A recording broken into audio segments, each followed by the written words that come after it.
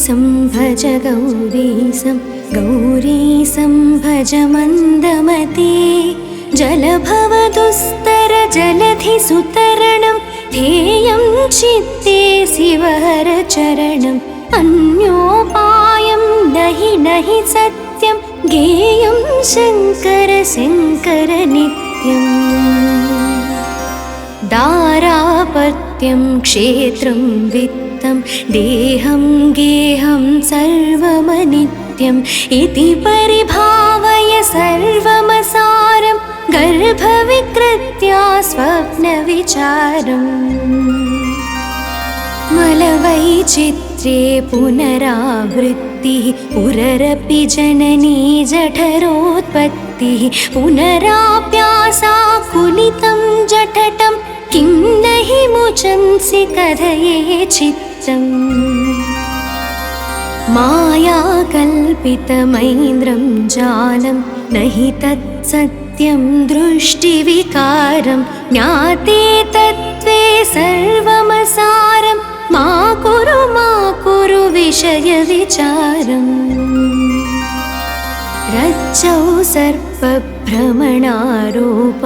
तत्त्वब्रह्मणि जगदारोपः मिथ्या माया मोहविकारं मनसि विचारय वारं वारम्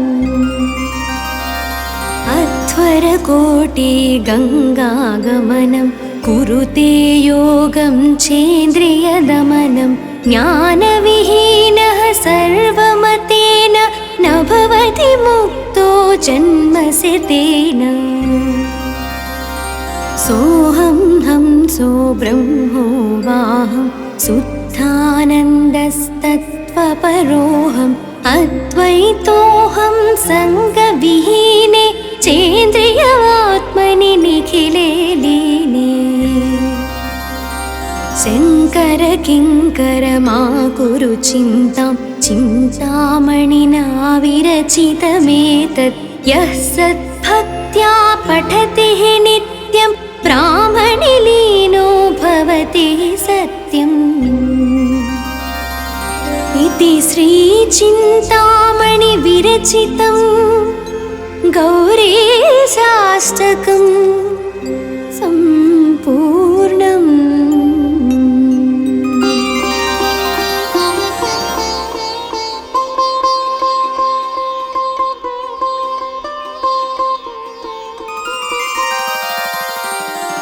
भज गौरीसं भज गौरीसं गौरीसं भज मन्दमते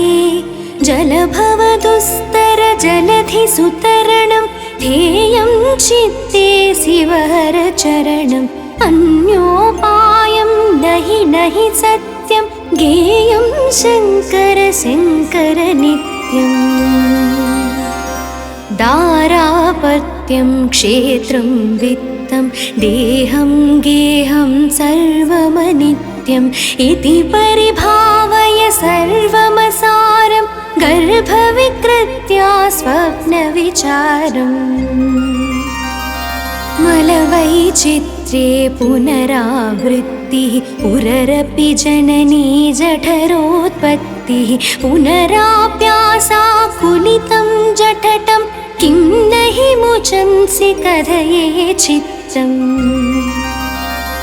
मायाकल्पितमैन्द्रं जालं न हि तत्सत्यं दृष्टिविकारं ज्ञाते तत्त्वे सर्वमसारं मा कुरु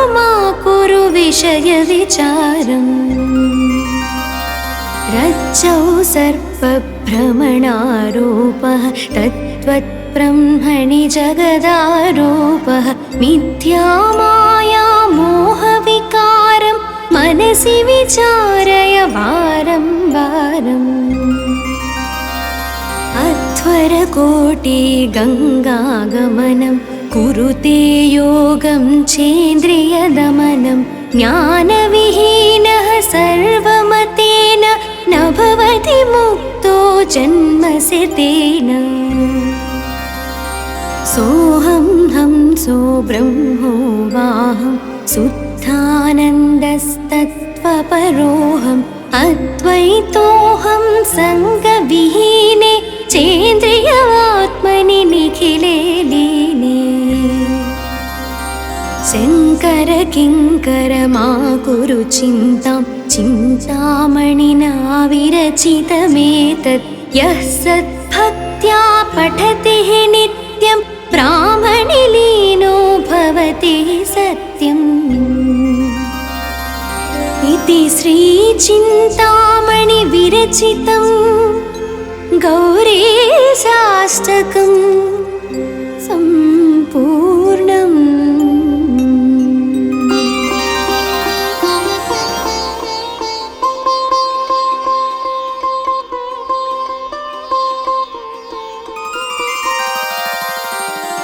भज गौरीशं भज गौरीशं गौरीशं भज मन्दमते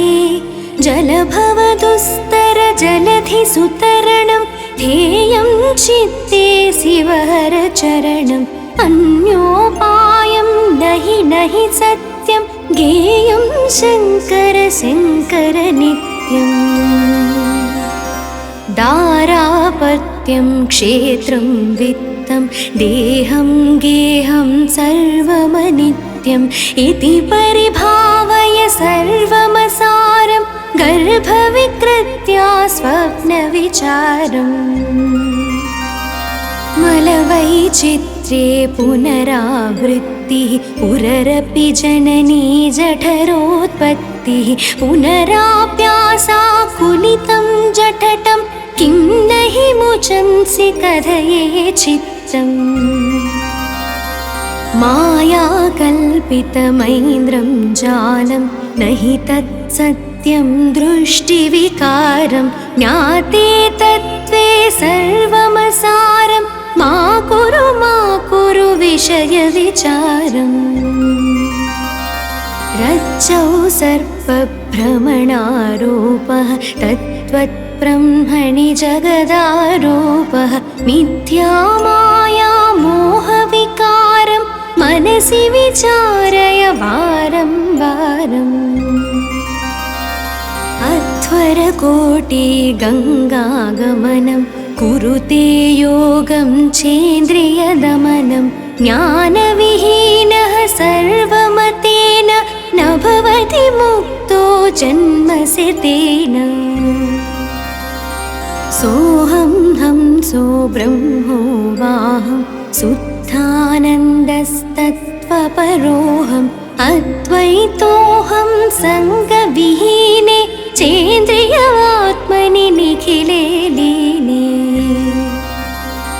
शङ्कर किङ्कर मा कुरु चिन्तां चिन्तामणिना विरचितमेतत् यः सद्भक्त्या पठति नित्यं ब्राह्मणि लीनो भवति सत्यम् इति श्रीचिन्तामणि विरचितं गौरीशाष्टकं सम्पूर्णम्।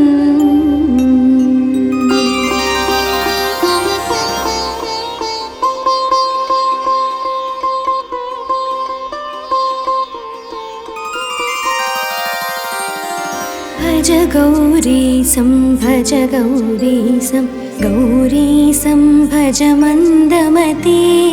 जलभवदुस्तर जलधिसुतरणं ध्येयं चित्ते शिवहर चरणम् अन्योपायं नहि सत्यं ज्ञेयं शङ्कर शङ्कर नित्यम्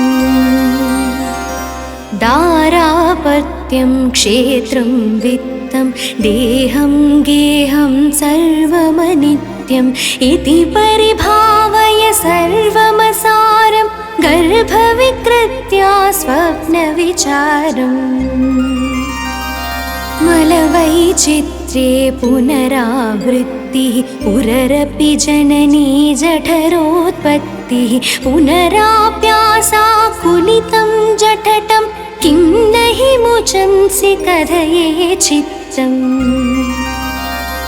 मायाकल्पितमैन्द्रं जालं न हि तत्सत्यं सत्यं दृष्टिविकारं ज्ञाते तत्त्वे सर्वमसारं मा कुरु विषयविचारम् रज्जौ सर्पभ्रमणारोपः तत्त्वब्रह्मणि जगदारोपः मिथ्या माया मोहविकारं मनसि विचारय वारं वारम् अध्वरकोटि गङ्गागमनं कुरुते योगं चेन्द्रियदमनं ज्ञानविहीनः सर्वमतेन न भवति मुक्तो जन्मसितेन सोऽहं हंसो ब्रह्मोऽवाहं शुद्धानन्दस्तत्त्वपरोऽहम् अद्वैतोऽहं सङ्गविहीने चेन्द्रियात्मनि निखिले लीने शङ्कर किङ्कर मा कुरु चिन्तां चिन्तामणिना विरचितमेतत् यः सद्भक्त्या पठति नित्यं ब्राह्मणि लीनो भवति सत्यम् इति श्रीचिन्तामणि विरचितं गौरीशाष्टकं सम्पूर्णम्।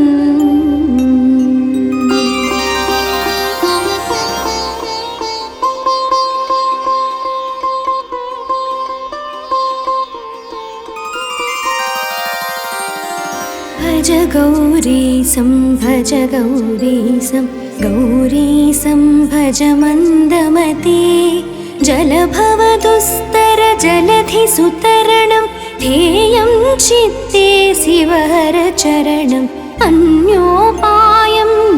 नहि सत्यं गेयं शङ्कर शङ्कर नित्यम् दारापत्यं क्षेत्रं वित्तं देहं गेहं सर्वमनित्यम् इति परिभावय सर्वमसारं गर्भविकृत्या स्वप्नविचारम् मलवैचित्र्ये पुनरावृत्तिः पुररपि जननी जठरोत्पत्तिः पुनराप्यासाकुलितं जठटं किं न हि मुचंसि कथये चित्तम् मायाकल्पितमैन्द्रं जालं न हि तत्सत्यं दृष्टिविकारं ज्ञाते तत्त्वे सर्वमसारं मा कुरु विषयविचारम् रज्जौ सर्पभ्रमणारोपः तत्त्वब्रह्मणि जगदारोपः मिथ्या माया मोहविकारं मनसि विचारय वारं वारम् अध्वरकोटि गङ्गागमनं कुरुते योगं चेन्द्रियदमनं ज्ञानविहीनः सर्वमतेन न भवति मुक्तो जन्मसितेन सोऽहं हंसो ब्रह्मोऽवाहं शुद्धानन्दस्तत्त्वपरोऽहम् अद्वैतोऽहं सङ्गविहीने चेन्द्रियात्मनि निखिले लीने शङ्कर किङ्कर मा कुरु चिन्तां चिन्तामणिना विरचितमेतत् यः सद्भक्त्या पठति नित्यं ब्राह्मणि लीनो भवति सत्यम् इति श्रीचिन्तामणि विरचितं गौरीशाष्टकं सम्पूर्णम्।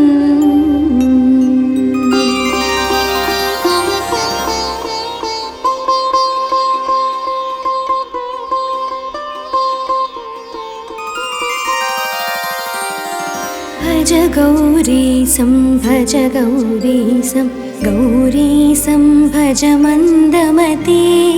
जलभवदुस्तर जलधिसुतरणं ध्येयं चित्ते शिवहरचरणम् अन्योपायं नहि सत्यं ज्ञेयं शङ्कर शङ्कर नित्यम्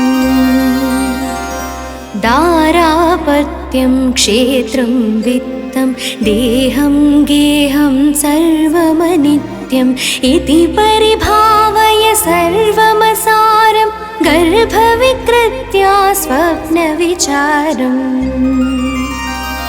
मलवैचित्र्ये पुनरावृत्तिः पुररपि जननी जठरोत्पत्तिः पुनराप्यासाकुलितं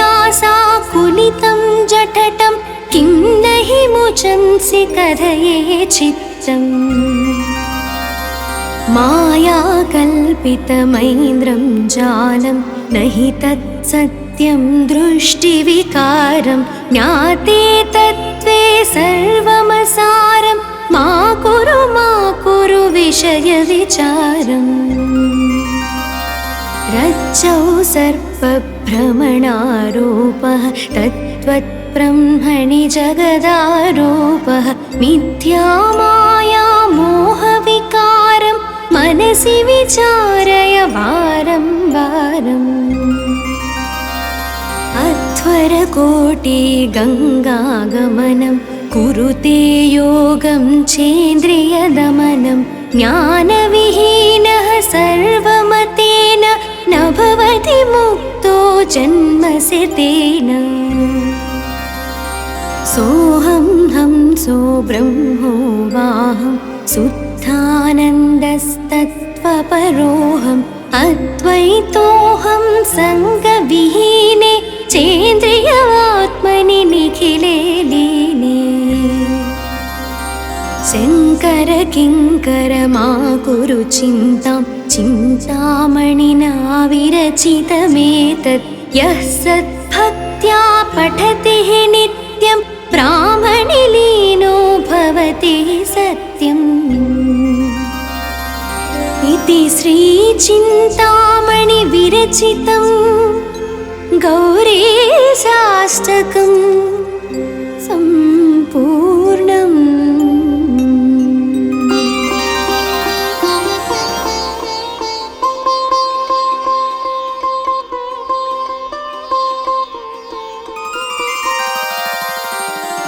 भज गौरीशं भज गौरीशं गौरीशं भज मन्दमते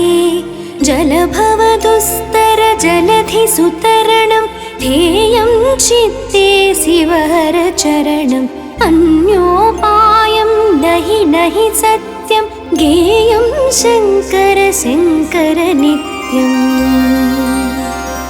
दारापत्यं क्षेत्रं वित्तं देहं गेहं सर्वमनित्यम् इति परिभावय सर्वमसारं गर्भविकृत्या स्वप्नविचारम्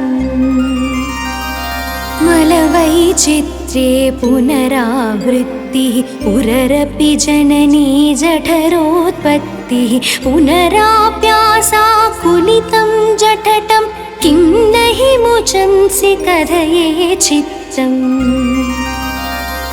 मायाकल्पितमैन्द्रं जालं न हि तत्सत्यं दृष्टिविकारं ज्ञाते तत्त्वे सर्वमसारं मा कुरु विषयविचारम् रज्जौ सर्पभ्रमणारोपः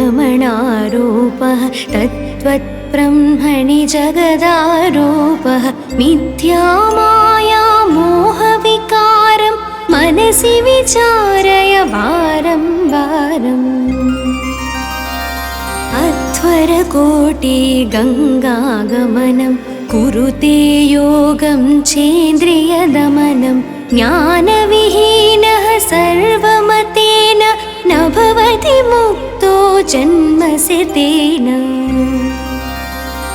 सोऽहं हंसो ब्रह्मोऽवाहं शुद्धानन्दस्तत्त्वपरोऽहम् अद्वैतोऽहं सङ्गविहीने चेन्द्रियात्मनि निखिले लीने शङ्कर किङ्कर मा कुरु चिन्तां चिन्तामणिना विरचितमेतत् यः सद्भक्त्या पठति नित्यं ब्राह्मणे लीनो भवति सत्यम् इति श्रीचिन्तामणि विरचितं गौरीशाष्टकं सम्पूर्णम्।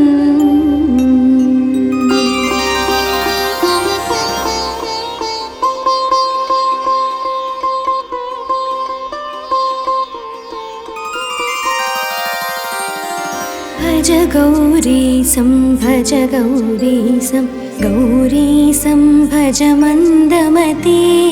जलभवदुस्तर जलधिसुतरणं ध्येयं चित्ते शिवहरचरणम् अन्योपायं नहि सत्यं गेयं शङ्कर शङ्कर नित्यम् दारापत्यं क्षेत्रं वित्तं देहं गेहं सर्वमनित्यम् इति परिभावय सर्वमसारं गर्भविकृत्या स्वप्नविचारम् मलवैचित्र्ये पुनरावृत्तिः पुररपि जननी जठरोत्पत्तिः पुनराप्यासाकुलितं जठटं किं न हि मुचंसि कथये चित्रम् मायाकल्पितमैन्द्रं जालं न हि तत्सत्यं दृष्टिविकारं ज्ञाते तत्त्वे सर्वमसारं मा कुरु विषयविचारम् रज्जौ सर्पभ्रमणारोपः तत्त्वब्रह्मणि जगदारोपः मिथ्या माया मोहविकारं मनसि विचारय वारं वारम् अध्वरकोटि गङ्गागमनं कुरुते योगं चेन्द्रियदमनं ज्ञानविहीनः सर्वमतेन न भवति मुक्तो जन्मसितेन सोऽहं हंसो ब्रह्मोऽवाहं शुद्धानन्दस्तत्त्वपरोऽहम् अद्वैतोऽहं सङ्गविहीने चेन्द्रियवात्मनि निखिले लीने शङ्कर किङ्कर मा कुरु चिन्तां चिन्तामणिना विरचितमेतत् यः सद्भक्त्या पठति नित्यं ब्राह्मणे लीनो भवति सत्यम् इति श्रीचिन्तामणि विरचितं गौरीशाष्टकं सम्पूर्णम्।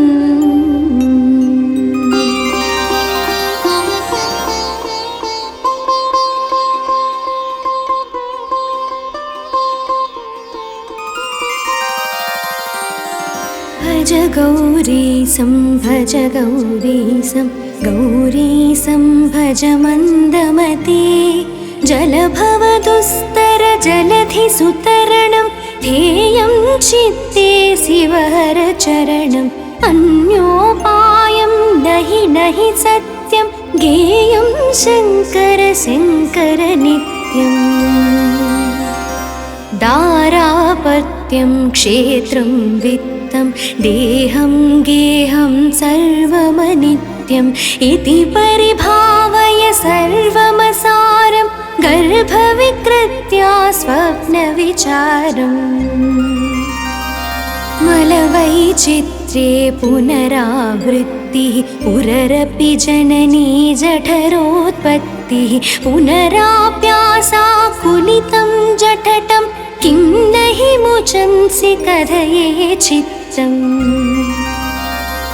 मायाकल्पितमैन्द्रं जालं न हि तत्सत्यं दृष्टिविकारं ज्ञाते तत्त्वे सर्वमसारं मा कुरु विषयविचारम् रज्जौ सर्पभ्रमणारूपः तत्त्वब्रह्मणि जगदारूपः मिथ्यामाया मोहविकारं मनसि विचारय वारं वारम् अध्वरकोटिगङ्गागमनं कुरुते योगं चेन्द्रियदमनं ज्ञानविहीनः सर्वमतेन न भवति मुक्तो जन्मसि तेन सोऽहं हंसो ब्रह्मोऽवाहं शुद्धानन्दस्तत्त्वपरोऽहम् अद्वैतोऽहं सङ्गविहीने चेन्द्रियात्मनि निखिले लीने शङ्कर किङ्कर मा कुरु चिन्तां चिन्तामणिना विरचितमेतत् यः सद्भक्त्या पठति नित्यं ब्राह्मणि लीनो भवति सत्यम् इति श्रीचिन्तामणि विरचितं गौरीशाष्टकं सम्पूर्णम्।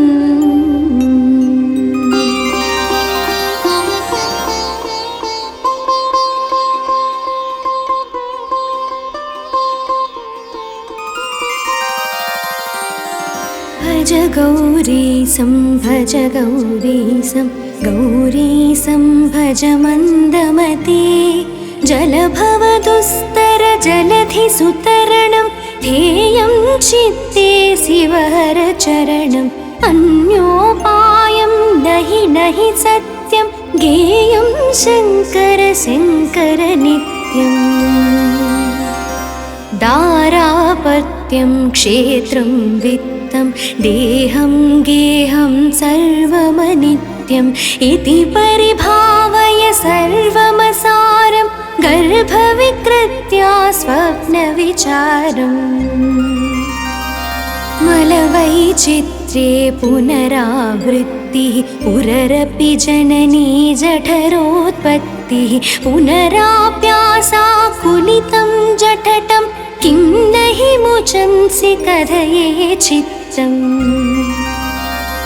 मायाकल्पितमैन्द्रं जालं न हि तत्सत्यं दृष्टिविकारं ज्ञाते तत्त्वे सर्वमसारं मा कुरु विषयविचारम् रज्जौ सर्पभ्रमणारूपः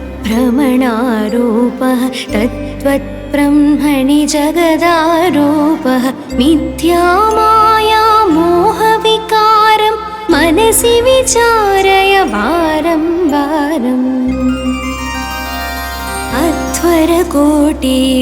अध्वरकोटिगङ्गागमनं कुरुते योगं चेन्द्रियदमनं ज्ञानविहीनः सर्वमतेन न भवति मुक्तो जन्मसि तेन सोऽहं हंसो ब्रह्मोऽवाहं शुद्धानन्दस्तत्त्वपरोऽहम् अद्वैतोऽहं सङ्गविहीने चेन्द्रियात्मनि निखिले लीने शङ्कर किङ्कर मा कुरु चिन्तां चिन्तामणिना विरचितमेतत् यः सद्भक्त्या पठति नित्यं ब्राह्मणि लीनो भवति सत्यम् इति श्रीचिन्तामणि विरचितं गौरीशाष्टकं सम्पूर्णम्।